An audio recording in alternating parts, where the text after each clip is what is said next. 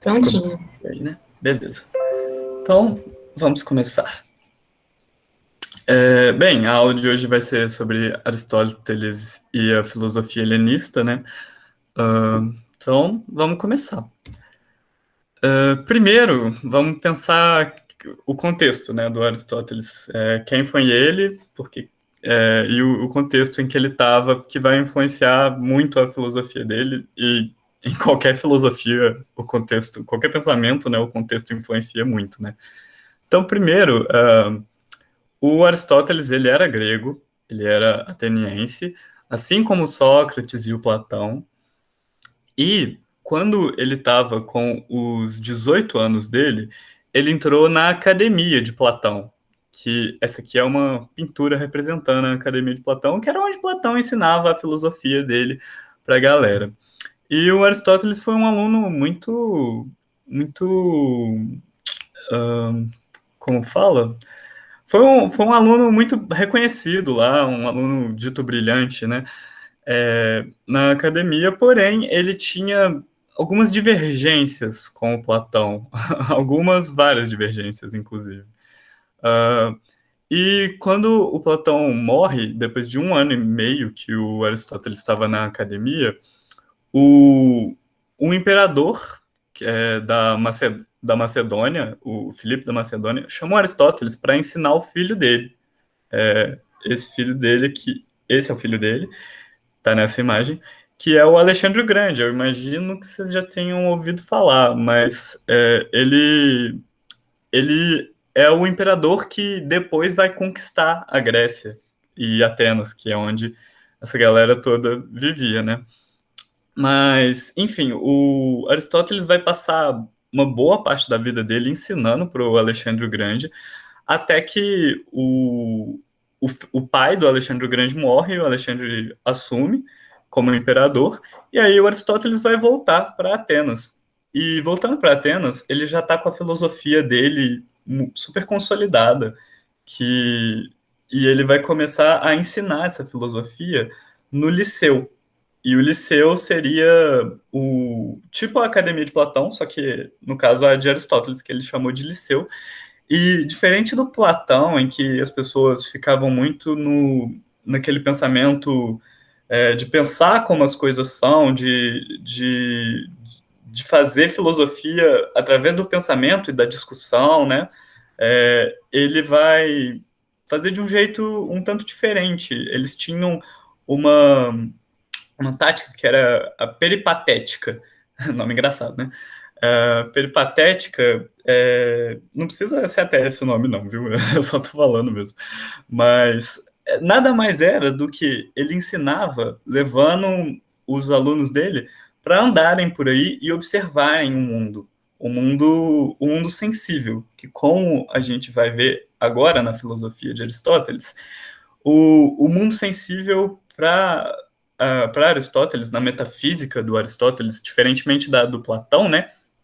Que para Platão o mundo sensível era falso, a verdade estava no mundo das ideias. Para o Aristóteles, não. Para o Aristóteles, a realidade está no mundo sensível mesmo. Por isso que ele levava os alunos dele para verem o mundo, para aprenderem com o mundo. E para ele, essa ideia de um mundo inteligível, você não pode nem dizer que isso é verdade, porque não existe evidência nenhuma. Você não olha para cá e você vê o mundo inteligível, você não olha para o céu e vê o mundo inteligível. Então, tipo assim, você não tem como saber se ele existe de verdade. Então, essa era uma crítica forte que Aristóteles fazia ao Platão. Não era à toa que eles tinham algumas desavenças lá na época que o Aristóteles foi discípulo de Platão. Então, para Aristóteles, essas ideias, né, que para Platão estavam em outro mundo, num mundo superior, em que as ideias absolutas das coisas estavam lá e as pessoas só precisavam resgatar essas ideias, para Aristóteles, não. Para Aristóteles, as ideias são só como a nossa mente capta as coisas do mundo real. Como é que a gente guarda as coisas do mundo real na nossa mente. Então, a filosofia de Aristóteles vai estar muito baseada nos sentidos mesmo, nos cinco sentidos: visão, olfato e os outros lá. É, então, só que tinha uma parte da filosofia do Aristóteles que era mais complexa um pouco que isso, que ele chamava de a ciência ou a filosofia primeira, que se referia à essência dos seres, tipo assim, o que faz os seres serem o que eles são, o que faz nós sermos humanos e não macacos ou baleias ou qualquer outra coisa. É, o que a gente olha para nós e falamos, ok, isso é um humano, eu sou um humano. É, e era essa a filosofia mais complexa que Aristóteles pensava. E para ele, ela não dava para entender só pelos cinco sentidos mesmo. Tipo assim, não dá para você ver essas coisas como você vê a cor das coisas. Tipo, esse quadro aqui que tá meio laranja, que tá branco, isso todo mundo sabe. Agora, quando você olha para uma coisa e quer definir ela nessa categoria de humano, ou então computador, que está aqui na minha frente, é, é mais complexo que isso. Você precisa de uma ideia, de um conceito. E e que são as abstrações das coisas a partir do pensamento humano, que se assemelha um pouco às ideias de Platão, só que a diferença é que para Aristóteles essas ideias não estavam em outro mundo, elas não eram uma coisa de outro mundo que você resgatava e aí pegava a verdade absoluta das coisas. Era simplesmente algo que a nossa razão pega e entende. Bem, mas aí como que você entende essa filosofia? Qual que é o método, né? O método para Aristóteles é a lógica, é a forma que os humanos têm de saber a verdade. É, e existem dois tipos de lógica. Eita. Existem dois tipos de lógica para isso. Uma é a indução. A indução é quando você observa uma coisa, um fenômeno, e aí você generaliza esse fenômeno. Você admite que ele vai acontecer sempre em qualquer circunstância. Por exemplo, que eu coloquei aqui, se eu vejo um bando de cisnes, suponhamos que eu vi uns 30 cisnes, todos são brancos. Aí disso eu vou assumir, todo cisne é branco. Isso é uma indução. Só que nem toda indução é verdadeira. Na verdade, não tem nem como saber se uma indução é verdadeira ou falsa, com 100% de certeza. Porque quanto mais observações são feitas para fazer essa indução, maior vai ser a probabilidade de ela ser verdade. Contudo, vai ser sempre uma probabilidade. Então, tipo assim, você aumenta a chance de ser verdade ou não. Mas não tem como você saber que vai ser sempre verdade todas as vezes que você observar, porque você não tem como observar todas as vezes que aquilo ocorre. Então, por exemplo, esse exemplo dos cisnes mesmo. Se eu vejo um cisne que é branco e eu assumo que todos os cisnes são brancos, tipo assim, eu vi só um exemplo. Tem muitas outras coisas que podem acontecer ainda. Mas se eu vi 200 cisnes, se eu vi 1000 cisnes, todos são brancos, a probabilidade de em algum momento eu achar um cisne que não é branco vai ser muito baixo. E aí que está o poder da indução. Então, ela sempre depende, né, de você fazer uma observação na natureza, na realidade. E você também tem a dedução. A dedução, ela não depende de nenhuma experiência para acontecer, igual a indução precisa, né? Tipo assim, a indução eu precisava observar cisnes para saber que eles são brancos. Aqui na dedução, não. Você precisa só de uma premissa maior e uma premissa menor. O que é isso, né? A premissa maior vai ser uma indução também.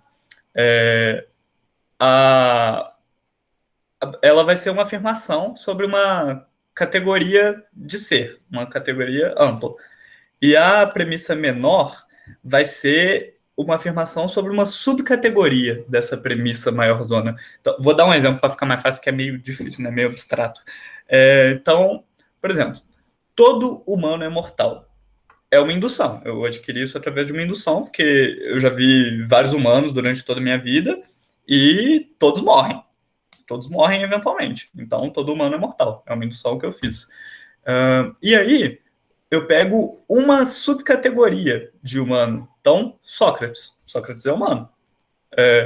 E disso, eu posso juntar a premissa, o começo da premissa menor com o final da premissa maior para concluir que Sócrates é mortal. Porque se todo humano é mortal e Sócrates é humano, ele está submetido a tudo que um humano está submetido. Dá para entender esse raciocínio? É bom ressaltar que não precisa ser um indivíduo. Então, tipo assim, todo humano é mortal, pode ser. Deixa eu ver. Os brasileiros são humanos. Não precisa ser um só indivíduo. Pode ser um conjunto de indivíduos, só que é menor do que o conjunto da premissa maior.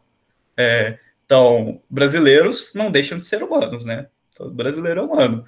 Então, se todo humano é mortal e todos os brasileiros são humanos, todos os brasileiros são mortais.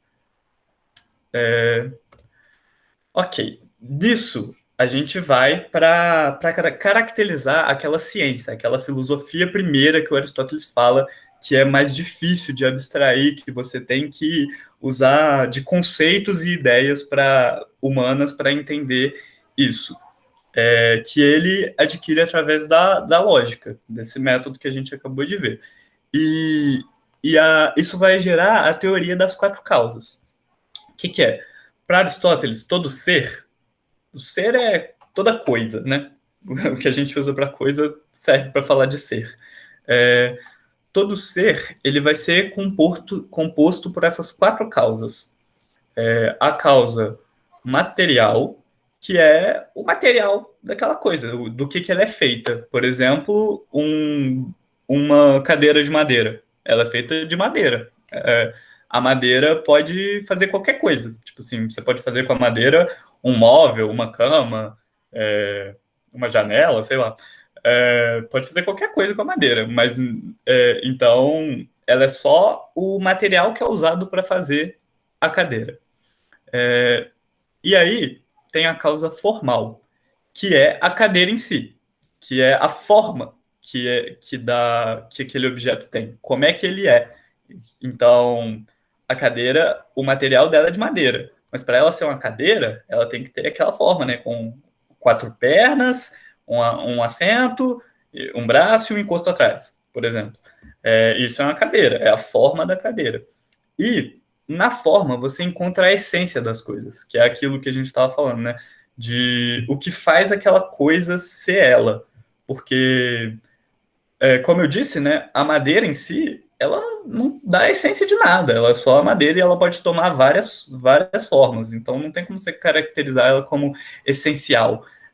Agora, a forma da cadeira é a forma da cadeira. Se a cadeira deixa de ser uma cadeira e vira um armário, ela não é mais uma cadeira, perdeu a essência dela e tomou outra essência. A outra causa é eficiente, que é aquilo que transforma o material, nesse exemplo da cadeira, a madeira, um tronco de madeira, na forma, que é a cadeira. Então, por exemplo, o carpinteiro, né? O carpinteiro é a causa eficiente da cadeira, porque ele vai pegar a madeira e vai, né, fazer o rolê dele e vai transformar ela na forma de uma cadeira. E a gente chama o material de. A gente fala que ele tem potência. Por quê? Quando você tem a madeira ali, madeira pura, ela não é nada, mas ela não tem uma forma específica, mas ela tem a potência, o poder, né, a capacidade de se transformar em algo, e que é a forma. E esse algo que é a forma é o ato, que a cadeira, a forma de cadeira, ela tá no ato dela, que é aquilo que ela já se tornou. Entendem? Gente, eu vou perguntar para vocês se tá ficando alguma dúvida, se tá dando para entender tranquilo, porque são conceitos meio abstratos assim. Se quiserem ligar o microfone ou mandar no chat. Tudo certo? Então tá tudo certo. Que bom, vocês estão entendendo. Vocês são espertos. E a causa final, por fim, final por fim, né? É para que aquilo serve? Para que aquele ser serve? No caso da cadeira, ela serve para sentar, né? Agora, a gente vai para a ética, que é um lado mais humano e menos metafísico da filosofia do Aristóteles. Agora ele não vai estar mais pensando no que faz a essência das coisas e tal, ele vai estar pensando em algo um pouco mais prático. Então, a ética de Aristóteles tem como um bem máximo a felicidade. O que isso significa? Que todas as ações humanas visam chegar até a felicidade. E, e vamos entrar um pouco mais dentro disso, né? Toda ação humana, ela visa um bem. E com o bem aqui, eu quero dizer objetivo. Ela visa chegar em algum lugar. Chegar em um objetivo, chegar em um bem, alcançar um bem. E só que todas as ações humanas, quando você junta todas essas ações que visam atingir um bem, então tudo que eu faço na minha vida é para atingir os bens individuais, então, tipo assim, eu estudo para, sei lá, ser inteligente. É um exemplo. Eu me alimento para ficar saudável. E juntando todas essas coisas, eu vou ter várias ações visando bens. E juntando tudo isso, eu vou atingir a felicidade, que é a felicidade humana. Porém, porém não, né? Para atingir um bem, né? Para atingir um objetivo, o ser humano precisa usar a razão, para Aristóteles. Então a gente precisa pensar como é que eu faço para chegar naquele objetivo.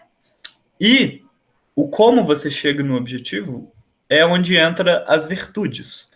Por quê? Porque o ser humano, ele, além da razão, ele é feito também de desejos, que é a alma apetitiva. Tem a alma racional e a alma apetitiva, que a alma apetitiva é a dos desejos, que quer nutrir seus desejos imediatamente ali.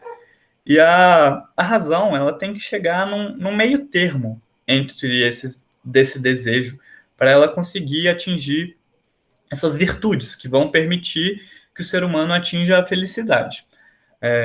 Um exemplo, você tem o prazer. O prazer é um desejo. Nós, humanos, todos os humanos, desejam atingir o prazer em alguma medida. Porém, se isso fica em excesso, para Aristóteles, isso vira libertinagem. Então, tipo assim, a pessoa não quer saber de nada que não dê um prazer imediato para ela. Ela não vai. Ela só vai comer o dia inteiro e porque é gostoso e enfim, ela só vai fazer as coisas que ela gosta o dia inteiro. Porém, na ausência, a pessoa fica insensível, ela não tem um propósito, ela não tem algo que guia ela. E a virtude, a verdadeira virtude, que está na mediana, né, então o meio termo, seria a temperança, que é seguir seus prazeres, buscar seus prazeres, porém em moderação, visando também outras coisas, né? Então, para Aristóteles, é com essas virtudes, com essas medianas, com esses meios termos, que a gente vai conseguir atingir os bens que a gente quer, e daí finalmente atingir a felicidade, né? Que é o objetivo último do ser humano. E essa, porém, né? Não basta para Aristóteles, não basta você só agir com essa razão e ser virtuoso uma vez. Tipo assim, eu agi com temperança uma vez, tipo assim, eu não bebi horrores minutos antes de eu ter uma entrevista, por exemplo, ou da aula, por exemplo. Vamos falar da aula. Eu não bebi horrores antes da aula. Por quê? Porque apesar de ser bom beber antes da aula, eu não vai me render bons frutos, né?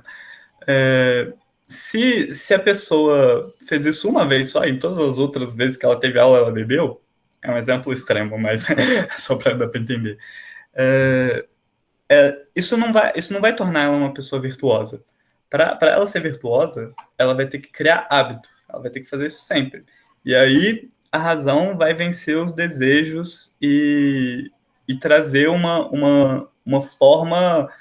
É, vai levar à felicidade, finalmente, né?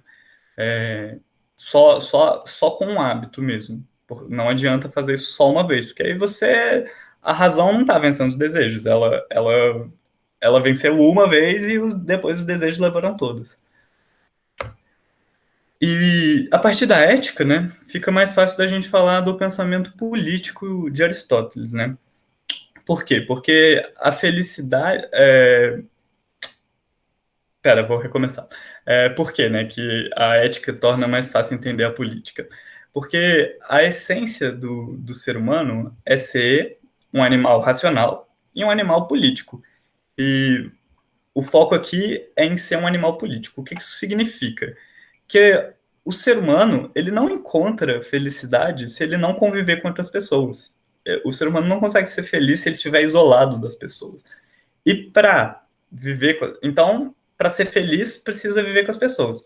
Só que viver com as pessoas depende da organização política. Porque se não, fica tudo um caos, né? E aí, se fica tudo um caos, ninguém atinge os seus bens e ninguém atinge a felicidade.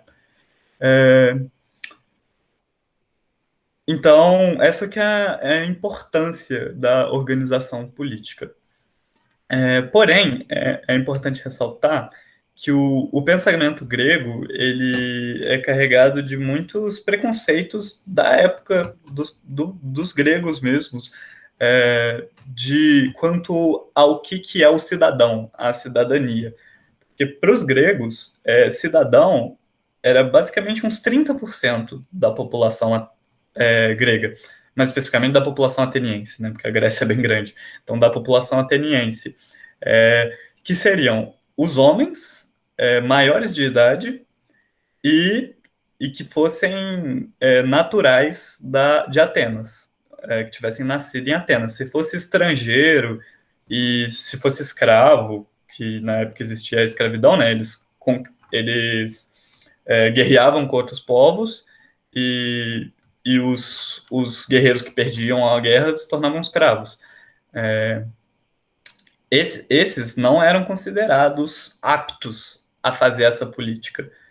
Segundo Aristóteles, eles tinham uma natureza inferior, né? Que, olhando com o pensamento de hoje, é um pensamento absurdo, né? Mas, enfim, era o pensamento deles. Mas, indo agora para a estruturação dessa política, né? Então, a gente já entendeu que, para Aristóteles, para alcançar a felicidade, é preciso se organizar politicamente. E existiam várias formas de organização política para Aristóteles, que são a monarquia, que é o governo de um só, a aristocracia, que é o governo de vários, né, de algumas pessoas, e a politia, que é o governo de todos. Porém, para Aristóteles, todos esses podiam ser corrompidos quando a forma de governar não visava o bem de todos, quando ela visava o bem de somente uma parcela. E, e no caso da monarquia, se tornava despotismo, que é o governo de um só virar um governo para um só. Então, esse um que está no poder vai se tornar um tirano, vai pensar só nele e não vai pensar no bem dos outros cidadãos. No caso da aristocracia, com a corrupção, vira uma oligarquia, que vai representar só os interesses de um grupo específico e os outros grupos de cidadãos ficam na pior. E a politia, que é o governo de todos, quando se corrompe, vira democracia. O que é muito estranho para a gente, porque né, a gente vive numa democracia. E, mais uma vez, a gente tem o pensamento da época, os preconceitos da época, né, que estão muito presentes na filosofia de diversos filósofos, e Aristóteles incluso, Porque para Aristóteles, a democracia ela considerava demais os interesses das classes populares. Curioso, né? Ele pensar isso. Mas para ele era isso. E o ideal, então, seria uma politia, que era o governo de todos, porém todos pensando no todo. É isso, né? Alguma dúvida até aqui?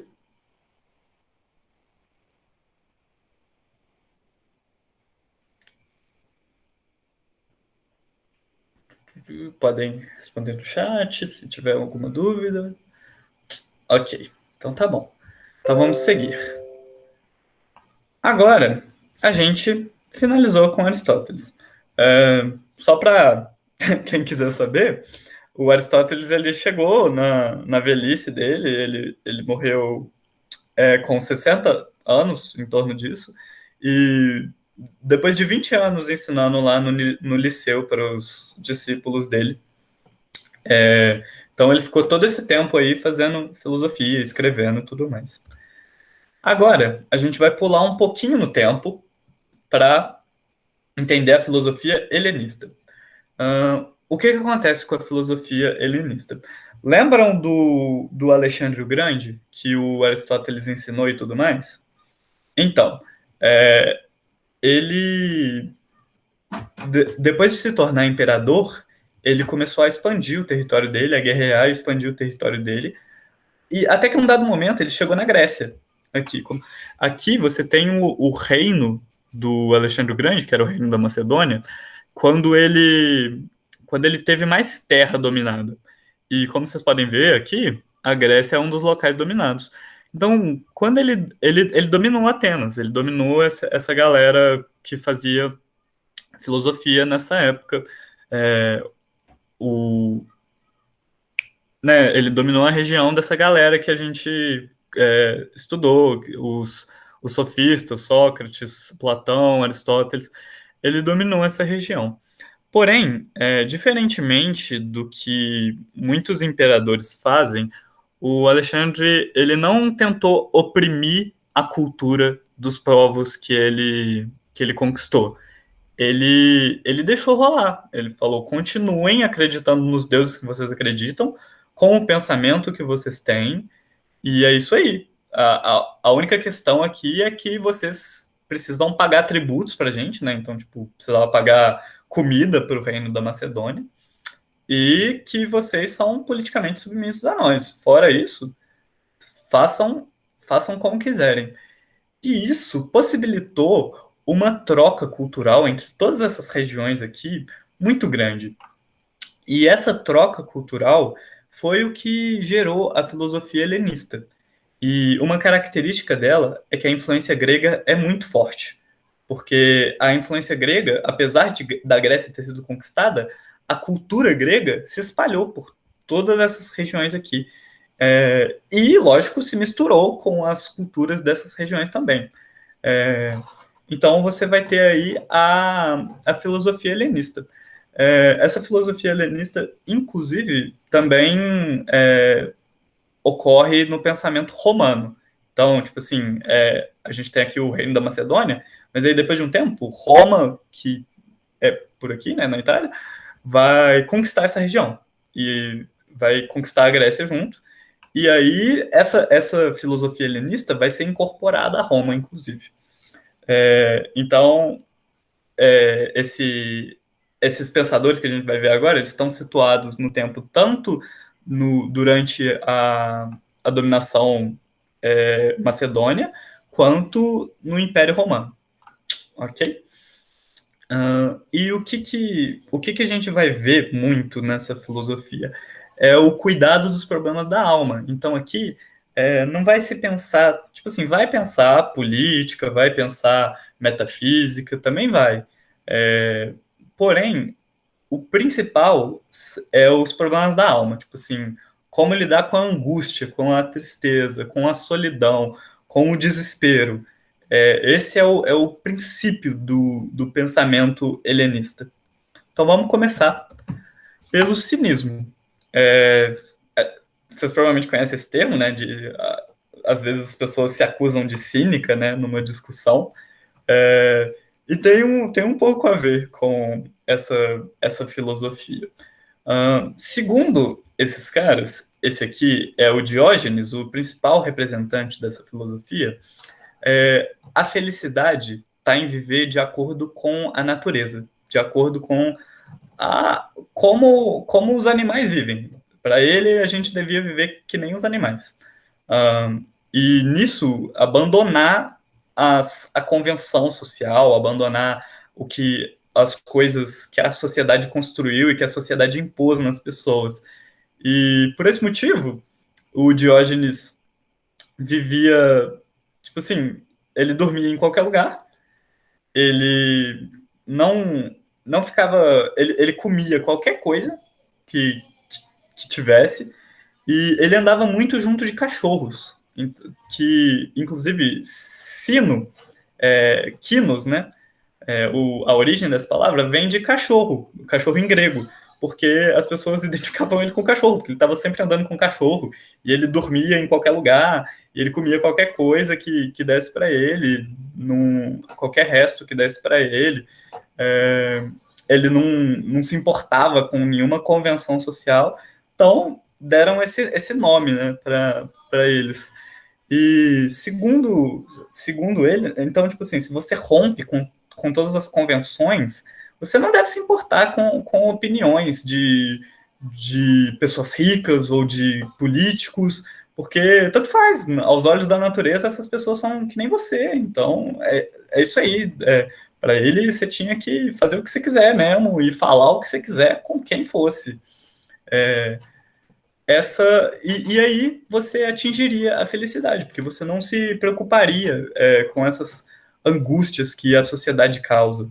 Então, você não se preocuparia com riquezas, com status social, você só viveria de boa, largado, como você veio à natureza, ao mundo, né? Seguindo, a gente vai para o estoicismo. O estoicismo, ele é uma filosofia de bastante resignação. Então, de aceitar as circunstâncias que a vida coloca. Simplesmente, tipo, ok, a vida a vida te tacou um monte de pedra, você fala, ok, é isso aí, a vida é isso. E para eles, a felicidade a paz interior, né, seria alcançada, e para eles, a paz interior é a felicidade, porque você não está mais preocupado com o que vai acontecer, você só aceita, e quando acontecer, você aceitou, e tá tudo bem. Então, para eles era isso, basicamente isso. Porque, segundo eles, né, como esse filósofo estoicista disse, de todas as coisas existentes, algumas estão sob o nosso poder e outras não. E muitas das circunstâncias da vida são incontroláveis. Então, são circunstâncias naturais, assim, são eventos naturais. Por exemplo, a morte, a doença, e, enfim, né? Uh, para eles, então, você simplesmente aceitava essas coisas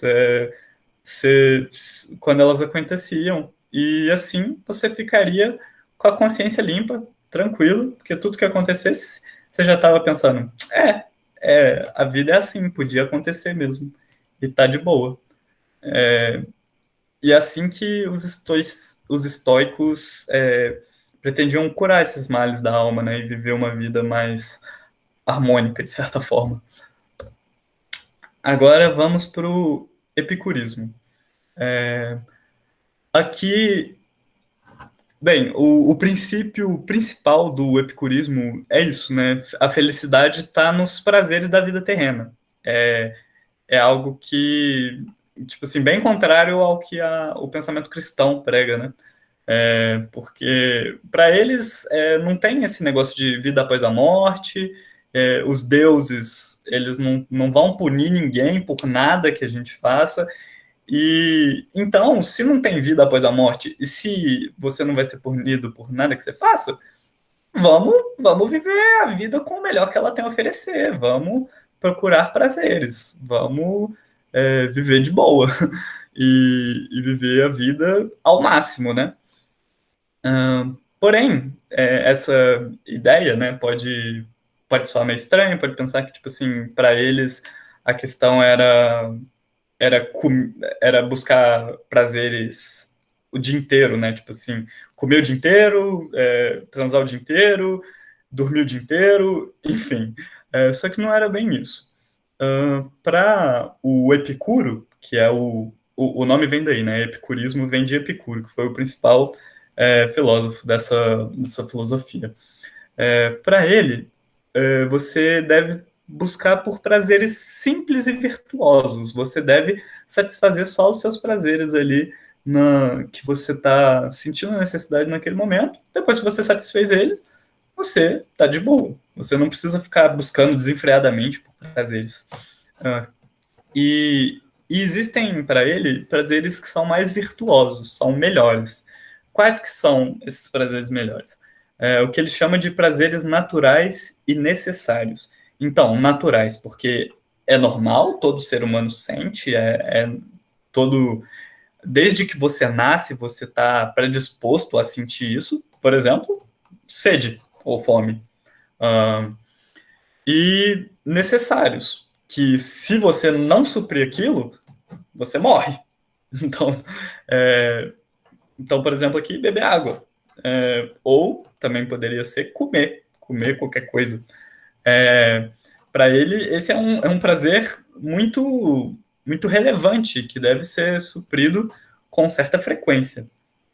Depois, nessa hierarquia, né, nessa escala de qual é o prazer mais virtuoso, no meio tá os naturais e não necessários. Então, é natural que você sinta prazer nele, por exemplo, consumir álcool, né, beber álcool. É natural o prazer em beber álcool, né, salvo raras exceções, as pessoas bebem e gostam, ficam felizes. Porém, ele não é necessário. Então, se você não beber, você não vai morrer. Na verdade, muito pelo contrário, né? Se você beber demais é que você vai morrer. Então, para ele, esse prazer, ele na escala de prazeres virtuosos, ele está no meio ali. Então, tipo assim, ele pode ser suprido, porém não sempre. Às vezes, porque se você suprir demais, você meio que se corrompe, assim, você acaba se impedindo de viver os prazeres naturais e necessários, que são os melhores. Você se impede de viver os prazeres mais virtuosos, porque você fica fissurado naquilo. E por último, estão os prazeres não naturais e não necessários, que seriam, por exemplo, riqueza, ou status, ou fama. Isso não é natural. Você não vê um bicho por aí acumulando riqueza e querendo ter um status maior do que os outros, querendo ser famoso. Você não vê isso, porque não é natural. E também não é necessário, porque ninguém precisa disso para sobreviver. Então, para eles, você nunca, jamais deve buscar por esse tipo de prazer, porque ele te corrompe, ele te faz ficar querendo só aquilo, e aí você não aproveita as coisas boas e que são naturais e algumas são necessárias também para a vida. Então, para eles, esses esses desejos, né, que não são naturais e nem necessários, eles corrompem a nossa alma. Então, em hipótese alguma, você deve buscar por eles. Agora, por último, o ceticismo. O que é que o ceticismo entende, né? Esse aqui é o Pirro, o principal filósofo cético. E o que o Pirro, em determinado momento, entendeu, né? A filosofia grega, como vocês já viram, né, principalmente em Platão e em Aristóteles, ela é cheia de noções, de verdades, de convicções sobre o mundo, né? Então, de que tem o mundo das ideias, de que as coisas, de que existe uma lógica que você pode usar para entender como é que as coisas funcionam, né, para entender a filosofia primeira das coisas. Porém, para o Pirro, essas são só convicções, e outras culturas têm outras convicções. E no final das contas, ninguém está certo. Ninguém está absolutamente certo. Nem os gregos, nem qualquer outro povo. E nessa visão, né, dá para tem uma influência muito grande dessa questão das culturas compartilhadas, né, entre o império, os outros lugares do Império Macedônico e os outros lugares do Império Romano, porque o Pirro entrou em contato com essas outras culturas e ficou tipo, uai, como é que eles pensam tão diferente da gente se a verdade que o Aristóteles e o Platão e outros filósofos falaram tá tão evidente ali? E disso ele concluiu, tipo, não existe uma verdade evidente, existem convicções, e cada uma tem a sua veracidade para quem acredita nela, mas nenhuma é absolutamente verdadeira. E disso ele conclui que a gente, nós seres humanos, a gente não tem como saber o que é verdade e o que não é, porque nós somos cheios de preconceitos e de pré-noções. Então, por exemplo, nós que somos criados numa cultura brasileira, a gente tende a não entender a cultura de a verdade de outros povos. Por exemplo, vou dar um exemplo que me veio à mente. Os indianos, para eles não comem a carne da vaca porque para eles é sagrado, né? Então, para a gente não faz muito sentido, porque a maioria dos brasileiros, né, adoram a carne, adoram churrasco. Tem os veganos, mas aí que tá, tem os veganos, então, tipo assim, existem várias verdades, e não dá para saber quem tá certo e quem tá errado. E então, e pro Pirro, esse negócio de ficar tentando ver quem que tá certo, qual que é verdade, isso faz mal pra gente, isso deixa a gente sobrecarregado, a gente estressado. Então, para ele, a felicidade vai ser, a gente vai ser feliz, nossa alma vai parar de sofrer no momento que a gente parar de buscar a verdade. No momento que a gente falar, então tá, eu não acredito em nada absolutamente. Eu não, não vou tomar nada como verdade, e é isso. Se alguém me falar alguma coisa, se alguém me falar que o sol é quente, eu vou falar, talvez, mas eu não vou assumir certeza absoluta disso. Se alguém me falar que 2 mais 2 é 4, eu vou pensar, ok, você pensa assim, mas eu não sei, talvez não seja, talvez exista outra forma de pensar. Esse que é o jeito de pensar do ceticismo. E para ele, isso vai trazer paz de espírito, porque você vai estar indiferente às coisas. Tipo, se é verdade ou não, tanto faz. Porque você sabe que não existem verdades nem falsidades absolutas. E aqui eu encerro. Eu queria saber, primeiro, muito obrigado, né, por assistirem a aula. Eu espero que vocês tenham gostado. E eu quero saber agora se tem alguma dúvida sobre algum desses filósofos, algum comentário, alguma coisa que vocês acharam interessante, algum filósofo que vocês acharam mais maneiro, que vocês se identificam, talvez.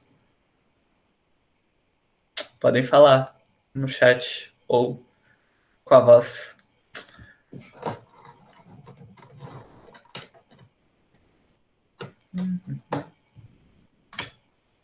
Epicuro? Epicuro é famoso, né? Tem muito vídeo no YouTube sobre epicurismo. Então, tipo assim, como aplicar o epicurismo à vida real, né? Não sei se você já viu. Uh, se quiserem ver, pesquisar, só pesquisar epicurismo, que vocês vão achar no YouTube alguns vídeos legais, assim, que aplica mais no nosso contexto, assim, essa filosofia, né, de entender, de aceitar as coisas da vida, simplesmente aceitar que as coisas estão rolando e é isso aí. E E é algo que pode ser usado, né, como forma de adquirir paz de espírito. Esses caras estão falando isso aí há 2.000 anos atrás, mas ainda tem aplicabilidade hoje em dia, né, em certo sentido. O ceticismo do Pirro, tipo assim, ter um pouco de ceticismo, um ceticismo saudável, é sempre bom, né? Para você não acreditar em tudo que te saem falando, para você não acreditar que a Terra é plana, só porque te contaram, por exemplo.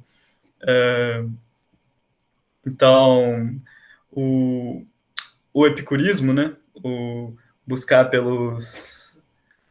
Nossa, eu falei de Epicuro e eu tô falando errado, eu tô confundindo com o estoico, o estoicismo, meu Deus, que vacilo, perdão. Mas o Epicuro, o Epicuro tem os jardins de Epicuro, né, que era onde eles se reuniam para fazer, tipo assim, uma sociedade, é, né, seguindo essa filosofia. É interessante, né? É interessante que se contrapõe muito ao pensamento católico, né? Que é muito presente na nossa cultura brasileira, porque para ele você tem que buscar pelos prazeres terrenos, né? E para a cultura católica é justo o contrário, né? Os prazeres terrenos te afastam de Deus. Que é um negócio que a gente vai, inclusive, ver na próxima aula, né? Que é a filosofia católica da Idade Média. Perdão por ter confundido aí os filósofos, Sofia, mas é, mas o estoicismo, acho que tanto o estoicismo quanto o epicurismo tem vídeos no YouTube bem legais aplicando isso à vida cotidiana, assim. É interessante, se quiserem se aprofundar um pouco mais no conteúdo, vale a pena, assim. E não são vídeos chatos, não, viu? É legalzinho, assim, você vê e você pensa, pô, dá pra aplicar isso na vida. Então é isso, né, gente? Se ninguém tiver nenhuma dúvida, nós encerramos por aqui e nos vemos daqui a um mês na nossa próxima aulinha sobre filosofia cristã na Idade Média. Show de bola, Sofia. Muito bom. Acho que você vai achar interessante. É um negócio que é meio contemporâneo, assim, isso de alcançar a felicidade, né? É algo, algo que as pessoas estão procurando muito hoje em dia. Tanto que autoajuda vende, que é uma beleza, né? É, então, é isso, gente. Muito obrigado por assistirem, muito obrigado pela participação. Bom, eu que agradeço a participação de vocês. Qualquer coisa, toma as ordens. Eu estou no grupo lá, eu mandei mensagem falando que ia ter aula, então se tiver alguma dúvida pode mandar para mim. Os monitores também, a Natália e o Lucas estão aí para resolver as dúvidas de vocês. E é isso. Muito obrigado.